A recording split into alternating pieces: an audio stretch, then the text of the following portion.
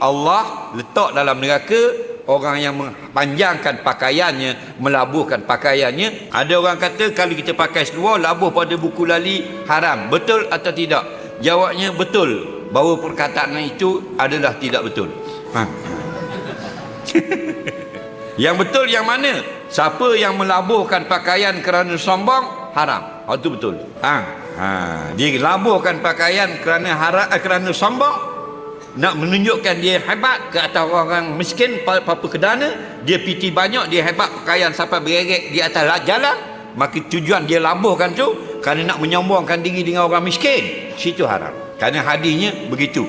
Allah cela orang-orang musyrikin Mekah, tokoh-tokoh musyrik yang kaya raya, yang pakai baju bergerek di atas tanah, nak menghina-hina orang-orang miskin yang memeluk Islam. Orang-orang miskin yang memeluk Islam pakai kain kat keting, orang miskin macam kain sahang, orang susah.